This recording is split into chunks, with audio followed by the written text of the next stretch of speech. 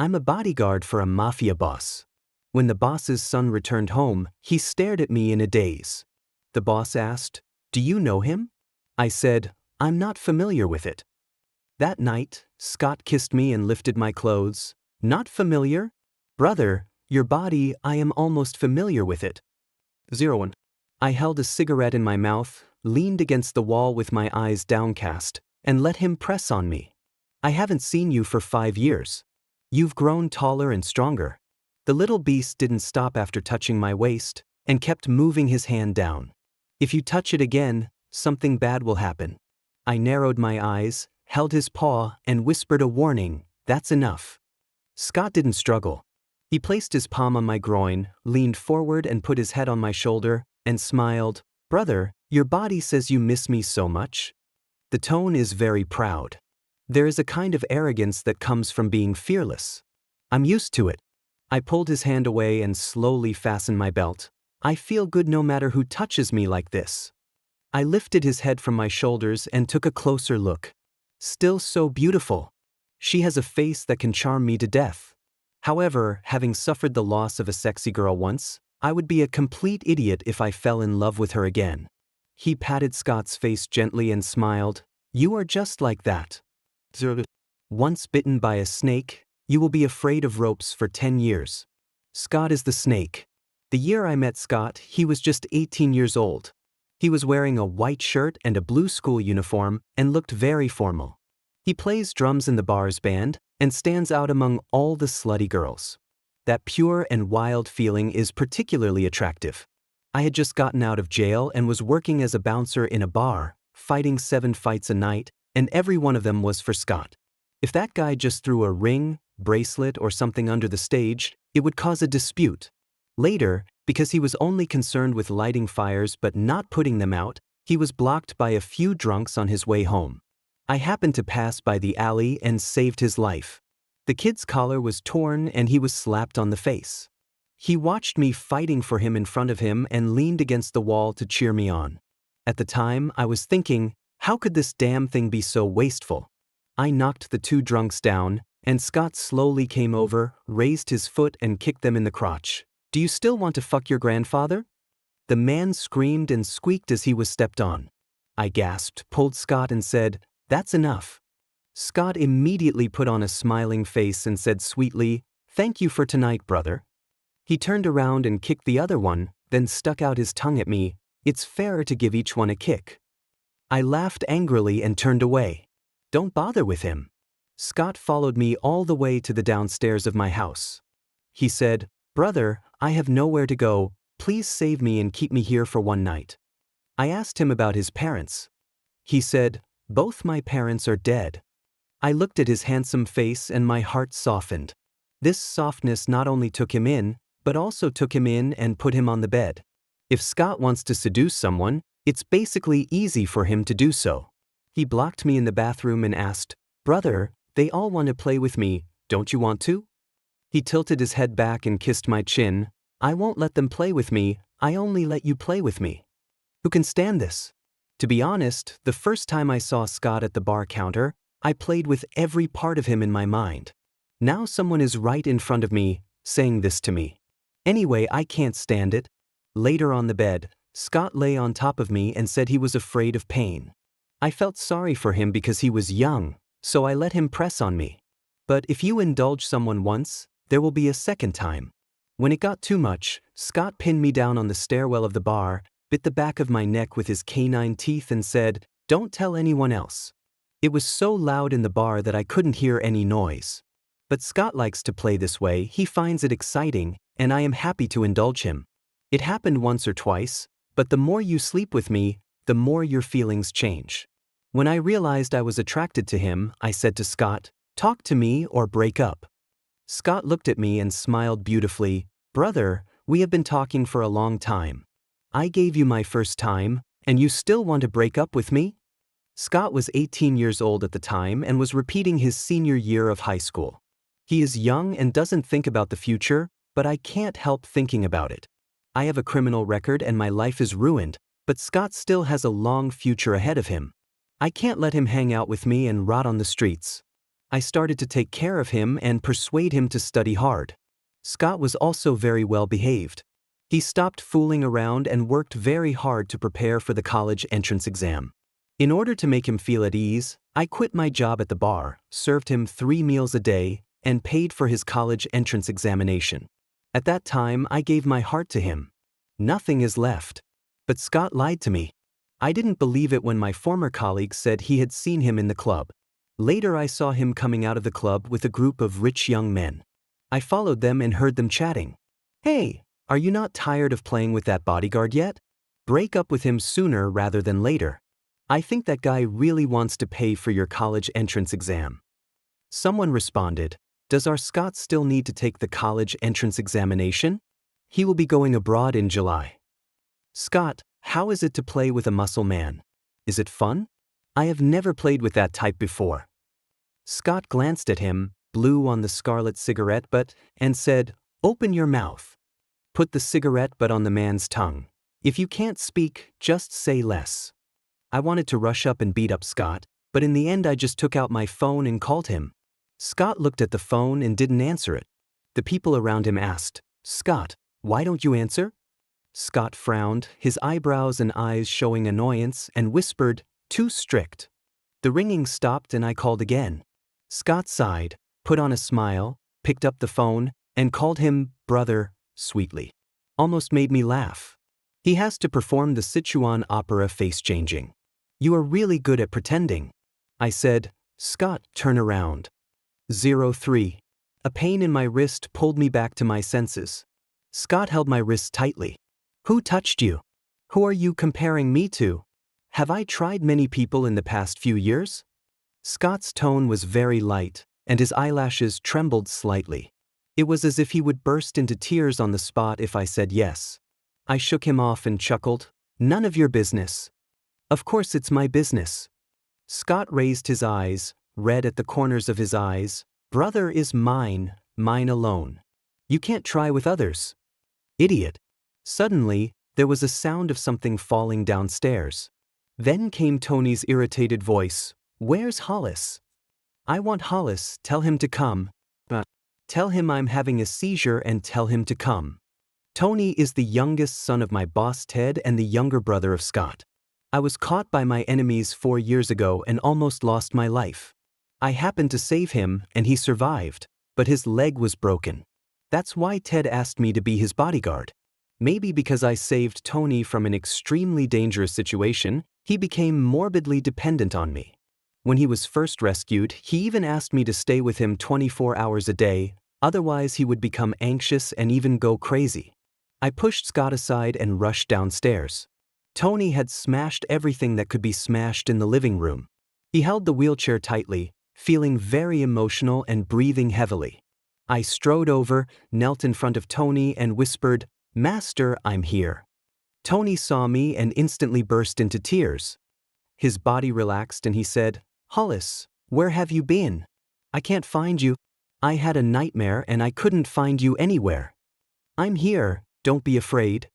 I picked him up from the wheelchair and walked upstairs. "I'll watch over the young master as he sleeps." Scott stood on the second floor, head down and back straight. As I passed by, he grabbed the corner of my clothes and called out in a hoarse voice, "Brother." Tony huddled in my arms, head down, his arms tightening around my neck. I pulled away from Scott and headed upstairs. Before Tony closed his eyes and fell asleep, he held my hand tightly and said stubbornly, "Hollis, please don't leave, okay?" He is even younger than Scott, and his thoughts are so easy to guess. The possessiveness of a child. I touched his head and said, "I'm not leaving. Go to sleep." Late at night, my boss Ted called and said something had happened to Scott. He ran out in the middle of the night to play racing with his enemy. The opponent was tampering with the car and Scott's car almost rushed off the cliff. As a result, the two sides started fighting. I'm in Willow City and can't get away. Hollis, go check it out. When I brought my men to Ingtu Mountain, the place was already in complete chaos. Scott holds a knife and is about to poke Rocky in the eye. I cursed, called Scott, rushed over and held his hand. "Calm down." Scott's tense muscles slowly relaxed. He raised his blood-stained face and said to me, Brother, I almost died just now. I don't think it's too much to ask for just one of his eyes. He smiled and let go of the knife. But if my brother doesn't let me take revenge, I won't want it. Brother, I'll obey you.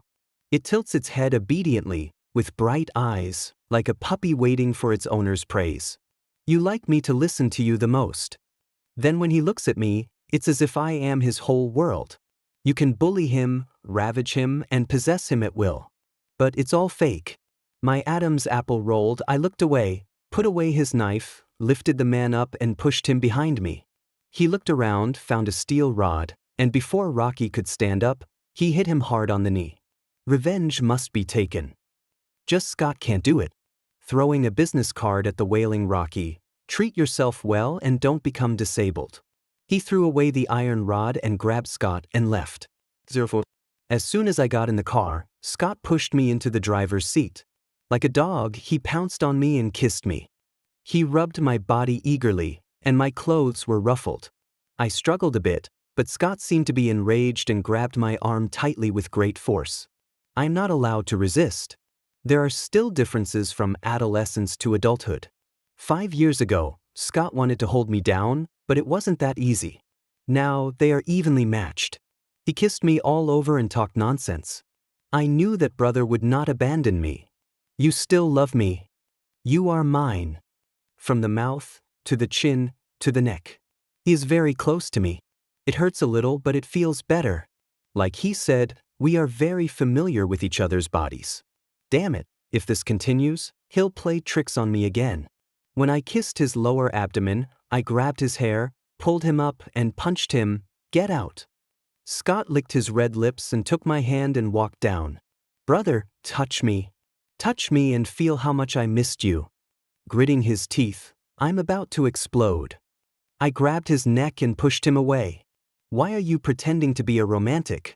Scott, you were the one who left first. 05. Back then, my indulgence of Scott had reached an outrageous level. It's funny to think about it now. That night, Scott turned around and saw me, and his face turned pale instantly.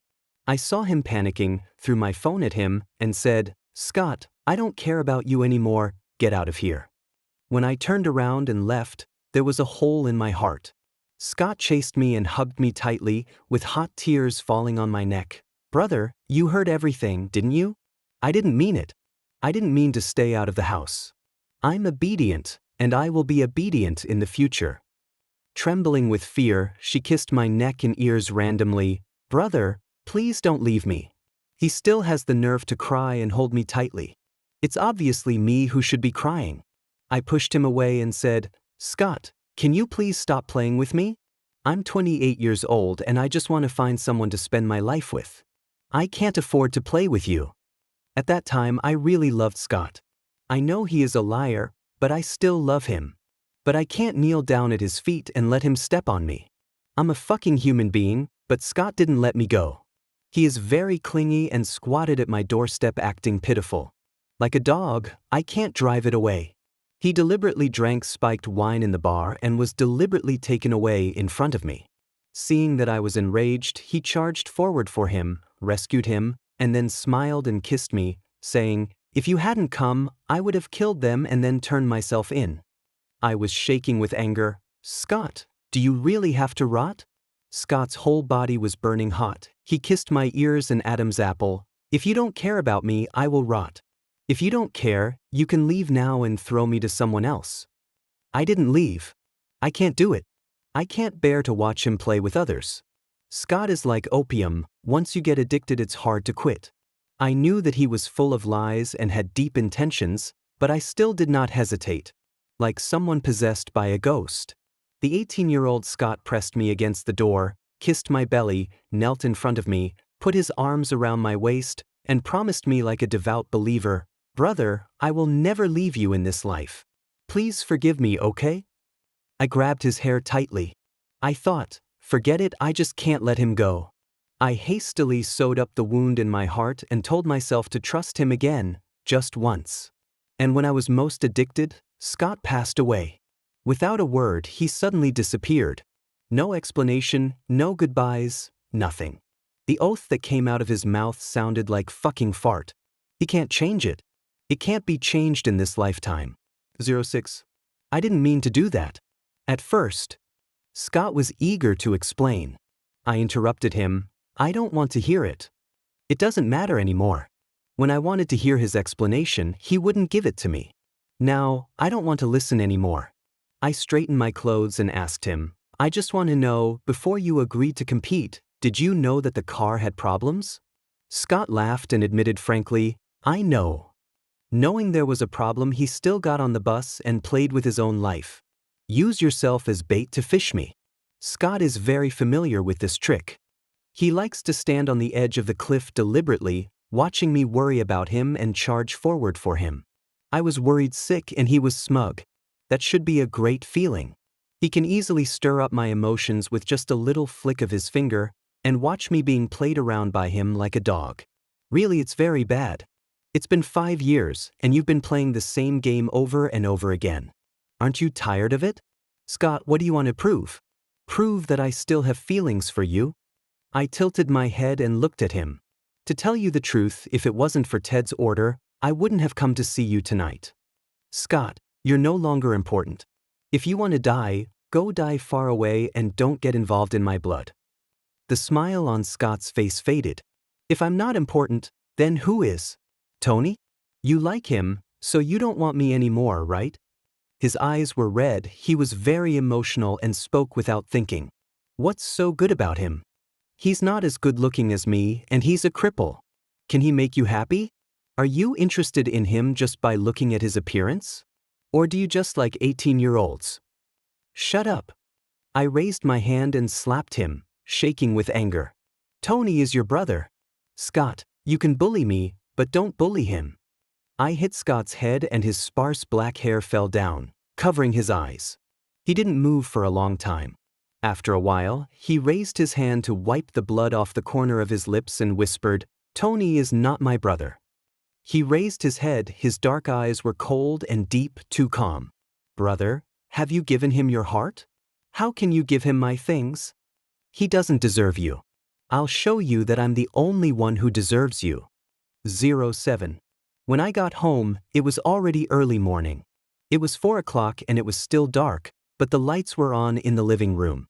Tony sat in the living room, staring blankly at the TV. Hearing the noise, he turned around suddenly, and when he saw me, his eyes lit up. Hollis, you're back. Scott followed and stood behind me. Tony saw him holding the armrest tightly, with an unnatural expression, and called out to Scott, Brother. Scott didn't even bat an eyelid. I walked over quickly and squatted in front of him. Why are you awake so early? Tony lowered his eyes, looking a little sad. I woke up in the middle of the night. I couldn't fall asleep without you. I feel a little guilty. I promised Tony last night that I would accompany him. But he broke his promise. Tony's eyes searched my face carefully and suddenly raised his hand to touch my lips. Hollis, why is your mouth swollen? I felt a little weird when my cold fingertips touched my hot lips. I kissed you. Scott came from behind, leaning over me and throwing Tony's hand away. Look more carefully, maybe the tongue is swollen too. Tony pursed his lips and stared at Scott, his face pale. Don't joke, Hollis is a man, you are also a man, how can you? I took a deep breath and wanted to smash Scott's head into the wall. She reached out to Tony and said, Don't listen to his nonsense. I'll carry you upstairs and let you sleep for a while. Before he could touch Tony, Scott suddenly kicked Tony's wheelchair away for a distance, walked past me, picked up Tony and carried him on his shoulders. I'll take him upstairs to sleep. He tilted his head and said, Brother is also tired after a whole night, go and rest. Tony struggled but couldn't, and called me for help. Hollis. I didn't move. Let Scott carry him away. Tony can't keep relying on me like this. After all, I am an outsider. 08. Ted also hinted to me, saying, Hollis, you can't be with Tony forever. He has to go through some difficulties on his own. Over the past year, I have been intentionally distancing myself from Tony. He made too much noise last night. After Ted returned to Hangzhou, he slowly gave some power to Scott and said to me, Hollis, Scott is extreme in his actions. I feel relieved if you keep an eye on him for me. Scott's actions are not extreme, but he is risking his life. Being too cruel and ruthless will easily make you enemies. Although the Fong family is now doing business, the circle is basically full of gangsters who are trying to whitewash themselves, and if they are pushed to the limit, they will inevitably resort to knives and guns. There were several times when Scott was retaliated against and his life was on the line. The most serious incident was when I was stabbed in the stomach and stayed in the hospital for 3 months. I smoked half a pack of cigarettes outside, then went back and said to Scott, "Please, save your life." Scott looked sick and said, "If you kiss me, I'll live. Just give him a kiss and he will study hard. Kiss him and don't go to the bar. Just give him a kiss and he won't leave. It's all fucking fake." I looked down at him and said, "Scott, don't be a bitch." The 6 months I spent with Scott felt longer than 3 years. I was busy outside every day and rarely even went back to Feng's house. On Ted's birthday, we had a party at home. The lights were on inside and I was squatting in the backyard smoking. Suddenly, I heard someone call me, "Hollis." I looked up and saw Tony sitting on the second-floor windowsill. He asked me, "Hollis, if I jump from here, can you catch me?" I almost swallowed the cigarette, pointed at Tony and said, "Don't move, wait for me to go up." He ran up to the second floor and carried the person down from the windowsill with a layer of sweat already on his forehead. Before I could open my mouth to scold him, Tony suddenly hugged my waist and held it tightly with his arms. 142 days. "Hollis, you haven't come to see me in 142 days. My throat tightened and I said dryly, "Sorry, I'm busy." Yes, busy. But it is also deliberately avoided. "Hollis, if only I could move my legs." Warm tears spread on my clothes. "Then I wouldn't have to wait here for you to come see me. I could hold you like my brother did."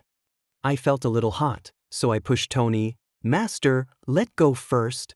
Tony's warm hand suddenly reached under my clothes, pressed my lower back and whispered, "Hollis, if Scott can do it, I can do it too. You should love me too." I suddenly realized that my body was abnormally hot and I didn't even have the strength to push Tony away. I was so nervous just now that I didn't notice that there was an inexplicable fragrance in the room.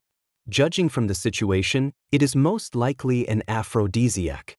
Tony left a string of wet kisses on my lower abdomen, his hands shaking and whispering with tears in his eyes. "Don't push me away, Hollis, please." I held his hand, but before I could say anything, the door was suddenly kicked open from the outside. When I saw Scott, he had already grabbed my arm and dragged me behind him, punching Tony in the face. He took the person off the wheelchair and threw him to the ground, then kicked him.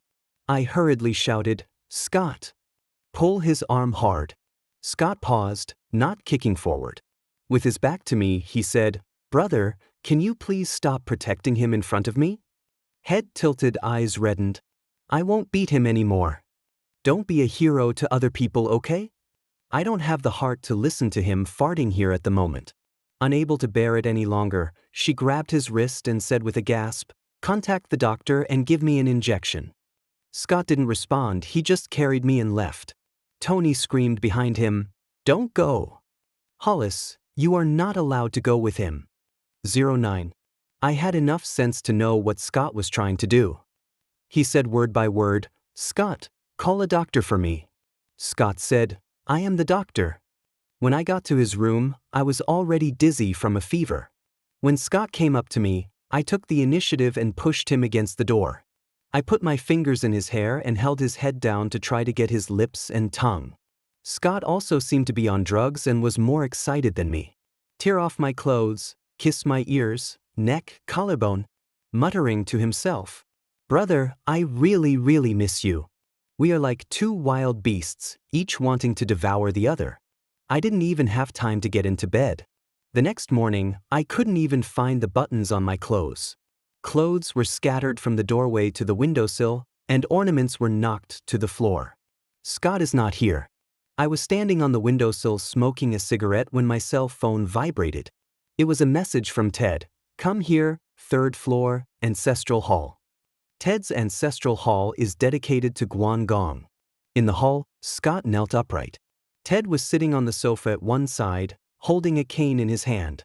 Brothers fight each other. Scott, Is this how you act as a brother? Become a brother?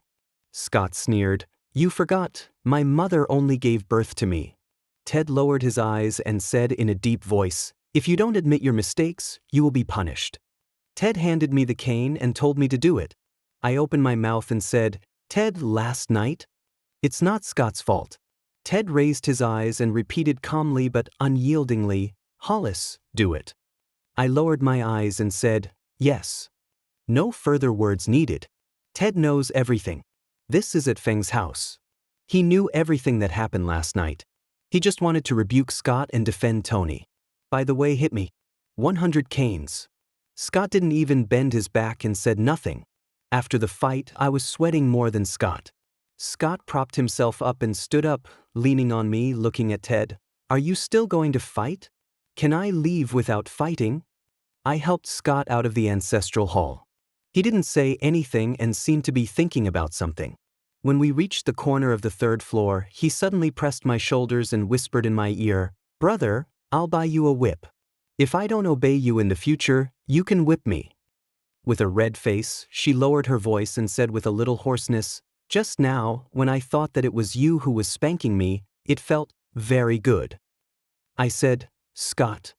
Don't waste time. After sending Scott to his room, the phone received another message. Study. I held my phone tightly and stood outside for a while before going in. Aren't you familiar with me? Ted leaned on the balcony and beckoned to me. Come here. I walked over. Ted tilted his head, raised his hand to push aside my collar, rubbed the kiss mark on my neck, and said calmly, that boy kissed me to death. Why can Scott do it but Tony can't? Tony drugged me, but I slept with Scott. As expected, he knew everything that happened last night. I said, last night was an accident. Scott inherited half of his good looks from Ted. Going back 20 years, Ted would probably be similar to Scott today. It's just that at this age, Ted has become more reserved and has a gentle appearance. Inside, he is also a madman. Hollis, 3 years ago, you told me you were only a bodyguard. Ted's hand went up and gripped my jaw. Now, you're sleeping with my son. Ted is bisexual and has a lot of lovers outside. 3 years ago, he asked me when he was drunk, Hollis, do you want to try it with me? I refused. A lover is a lover. A bodyguard is a bodyguard. Ted can tell the difference. He doesn't need me. Ted was just a little interested. Sitting in his position, there were all kinds of people, so there was no need to force anyone. I said I wanted to be a bodyguard, so Ted used me as a bodyguard and never mentioned anything else. But now, I slept with Scott right under his nose. That doesn't count as a pure bodyguard. I said, Ted, I can quit. Ted laughed and let me go. You're being silly. You've been with me for so many years. If you want to leave, I have to let you go. The Feng family's business is not a clean one. Once you step in, you can't get out. I understand the logic. Keep an eye on Scott for me. Ted straightened my collar. Don't let him kill himself. I'm still waiting for him to give birth to my son. He lowered his eyes and said, you too, just have fun, don't take it seriously. 11. Ted told me to look after Scott, but he actually sent Scott out for a month and took me around for social events. In the box, I was drunk. Ted patted the boy on his lap and raised his chin towards me. The boy looked at me, came over and asked, Sir, would you like some water? I lifted my eyelids and glanced at him, my eyes sweeping over Ted. He sat under the dim light, his face blurred by smoke, and his cold eyes stared at this side quietly. Don't trust me. She was afraid that I would cling to Scott, so she found another boy for me. I lowered my eyes and drank the water from the boy's hand. He drank hastily, and water spilled from the corners of his lips. The boy tilted his head back to suck. I covered his mouth and asked, Did you kiss someone else just now? There's only one other person.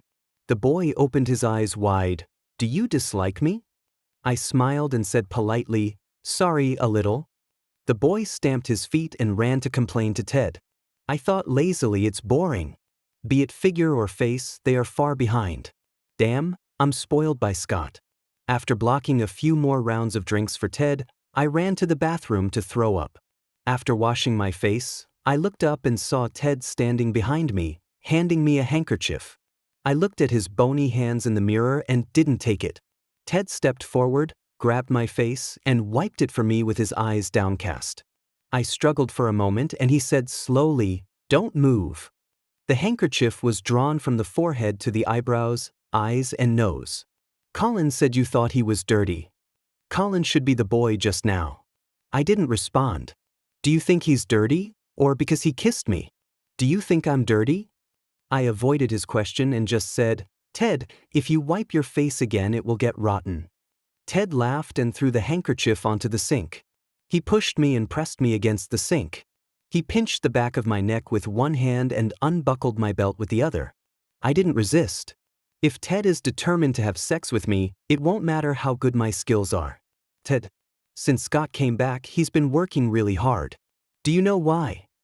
Ted lowered his eyes, unmoved, and unzipped my pants.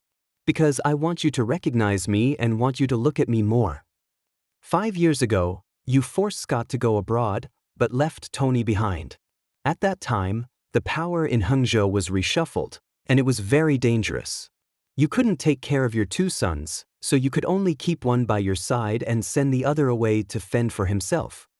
You gave up Scott and chose Tony. You wanted to train Tony to be your successor, but unfortunately things did not go as you wished. You failed to save Tony. He was arrested and his legs were broken. He could no longer be your successor. You had no choice but to call Scott back. If Tony hadn't been disabled, Scott would never have been able to return to his country, right? Having stayed in the Fong family for 4 years and heard a lot of rumors, I can naturally figure out some things. Ted raised his head and looked at me through the mirror with cold eyes. I looked at him and said, "I can understand all these things. Do you think Scott doesn't understand?" Scott understands, but he's also stupid. He still thinks that if he makes achievements, you will look up to him. At least, treat him as your son. Ted's brow twitched. No matter how distantly related a father and son are, they are still connected by blood. I continued, "Ted, I can sleep with you tonight, I can sleep with anyone. You can take my knife and kill Scott. It doesn't matter, anyway, you don't care whether he lives or dies." Ted grabbed me by the neck from behind and said, "Hollis, don't take yourself so seriously." It's not that I take myself too seriously, it's that Ted takes me too seriously. I pried his hands apart and said, "Ted, when you sent Scott abroad, did he beg you to do that?" Ted's eyes darkened for a moment, and he was stunned for a moment. I pulled away from him and put on my belt with my eyes downcast. "Did he kneel down to you? Was that the first time he bowed his head to you and begged you not to send him away?" Ted didn't answer. I have followed Ted for 4 years and I know that his attitude was right. My heart felt like it was stabbed and it hurt so much. Not drastic, but annoying. I want to beat up my boss. I took a deep breath, pushed Ted away, and couldn't help but stab him. No wonder Scott said his parents were both dead when he first met me. What's the difference between him being like this and having both his parents dead? I pissed off Ted, and I was sent out to do some work, traveling all over the country for 3 months. It was almost darker when we returned to Hangzhou. As soon as I got off the plane, Ted sent me a message. "Tainyu Anju, 601, picking up Scott." The box was in a mess and no one noticed when the door was pushed open. I looked twice before I found Scott. He was leaning on the sofa, holding a bottle of wine in his hand. 2 little boys were sitting on his left and right, feeding him wine from cups. Feed him and he will drink. After drinking, the boy unbuttoned his shirt and leaned over, seeming to want to kiss him. Scott lay on his back, not moving. I loosened my tie and strode over. The boy pressed his whole body against Scott, holding his face and coaxing him. "Yes, I am your brother, I am here, Scott. Do you want me?" I laughed angrily. "You are his brother, then who am I?" While the little boy was in a daze, I pushed him away, knelt on one knee beside the sofa, supported the back of the sofa with one hand, and patted Scott's face. "Ted asked me to pick you up, will you come with me?" Scott looked around my face, raised his hand to touch my face, and whispered softly, "Brother, why don't you want me anymore?" Unconscious. The wine here has some aphrodisiac properties. I picked the person up and carried him away horizontally. After helping the person into the car, Scott suddenly grabbed my collar, pulled me down, and kissed my lips. I was stunned for a moment, then held his head and kissed him back. Little bastard. It's so wavy. Everyone fucking wants to have a try. Just kiss her to death. Scott turned over and pressed me on the seat, closing his eyes and kissing me, from my lips to my Adam's apple, and slowly moving down. He closed his eyes, called me, and cried. It looks painful. He may not know who he is kissing. If I hadn't come, he would probably have slept with someone random tonight. Shouting my name, crying, and kissing others. Can I blame him then? Can I say that he doesn't love me? This is what I fear most. Scott is too willful.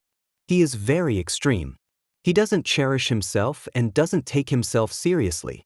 If I'm not watching him, he doesn't care whether he's rotten or not. It's so tiring to be with someone like this. I would be in a state of anxiety all the time, afraid that something might happen to him if I didn't keep an eye on him. Scott can't change it. It was already midnight, and I didn't send Scott home. I booked a room at a hotel and just stayed there for the night. The next day, I woke up early. After washing up, Scott was still not awake, so I prepared to leave first. When I went to the bed to get my phone, my wrist was suddenly grabbed and I was pulled onto the bed. His hot body pressed against me, and Scott pressed me down with his head buried in my neck. Brother, have you ever done it with Ted? My whole body froze. Why does Scott ask this? Before I could open my mouth, Scott suddenly bit the side of my neck and I gasped. Brother, say no. You can lie to me. The crook of her neck was wet with tears. Please, if you say no, I will convince myself to forgive you. I sighed. Who told you that? Scott's body froze for a moment, then he suddenly got out of bed and put on his clothes without saying a word. He also took away the gun from my waist. Before he left, I stopped him and asked, Where are you going? Scott looked at me coldly. Kill Ted? My temples were throbbing. I have never slept with Ted. I am asking who spread this rumor to you. Do you understand? Scott's eyes instantly turned red. Stop lying. He fished a photo out of his pocket and threw it to me. This is a photo of me and Ted in the bathroom of the club. Ted pushed me down and unbuckled my belt, and it looked like we were already tied together. In the photo, Ted's head had been poked open. Not many people can take photos like this. Besides Ted, there's Tony. Ted is unlikely. He has not yet thought of turning against his own son. That is, Tony gave it to you? Scott glared at me angrily and acquiesced. I found it a little funny that he looked like a wronged person. Don't worry, I'm not asleep and I haven't even taken off my pants. What's with the photo? I couldn't explain it to him, so I just said, that's it. Scott was obviously dissatisfied, his eyes widened, tears rushing out. Brother, you are such a scumbag, you are too lazy to even explain to me now, you don't love me anymore. I laughed angrily. Scott, who is the scumbag between us? The pent-up anger instantly rose. It was you who lied to me, it was you who went abroad without saying a word, and it was you who kept pestering me after I came back. Tony gave you a photo and you just made a random guess without asking any questions and went out to get drunk. If I hadn't picked you up yesterday, you wouldn't even know who was in your bed this morning. Luckily, I don't love you anymore. If I still loved you, you would chop my heart into pieces and feed it to the dogs. By the end of my speech, my eyes were sore. Scott panicked and came to hug me in a panic. No, brother. I'm not drunk, I know it was you. Last night, I saw you as soon as you walked in the door. I was pretending. I wanted to make you jealous. Don't be angry. I am yours and I will never let anyone else get into my bed. I'm not stupid, how can I not tell who I'm kissing? If I dared to sleep with someone else, you would have run away long ago. Oh shit. Even more angry. I punched Scott. He knocked the man to the ground and kicked him. Is it fun, idiot? 14. After finishing the work, I returned to Feng's house and reported to Ted. In the study, Ted leaned back in his chair and said, Hollis, go follow up on the Luching project. I said, thanks, Ted. When leaving, Ted said, Hangzhou, you'd better not come back. I agreed. Passed through the garden on the way out. Tony sat on the second-floor windowsill and called me timidly, Hollis. I turned around and Tony smiled at me, beautiful and pale. I'm jumping from here, can you catch me? I looked at him for a long moment and said, Tony, No one can catch you. That's your own fate. I turned and left. Caught a sorry in the wind. Tony doesn't necessarily like me that much. Just treat me as his thing. He didn't want to share any of his things with Scott. 15. Luqing is not big. It is much smaller than Hangzhou. Ted acquired several large factories here, and I became the general manager. It can be considered a promotion. When Scott came to see me, I was shirtless and carrying goods with a group of workers. I'm just being anxious. Ted asked you to be a manager, not a worker. I didn't respond and just washed the towel to wipe the sweat off my face. Scott started criticizing my office, saying the desk was bad, the chair was bad, and even the small ornaments on the cabinet were criticized in 800 words. I was so annoyed that I washed my face and asked, "What do you want to do?" Scott stared at me and said, "I want you to come back to Hangzhou with me." I said, "No." Scott was angry. "Look at what kind of life you've been living here. You were not fair to begin with, and you got even darker. When you stood in front of me, I thought you were a human-shaped chocolate bar." He touched my buzz cut again, not knowing what he was regretting. "You've shaved your hair off. You looked so handsome with that hairstyle before. If you were put in the fields now, I wouldn't be able to tell you apart from the farmer." I feel like laughing a little. He looked at Scott and said, "Master, I am just like this. I belong to this class and I should live like this. Just because I wear a suit and tie doesn't make me the same type of person as you. I am still lucky. At least I got a general manager, which is better than many people.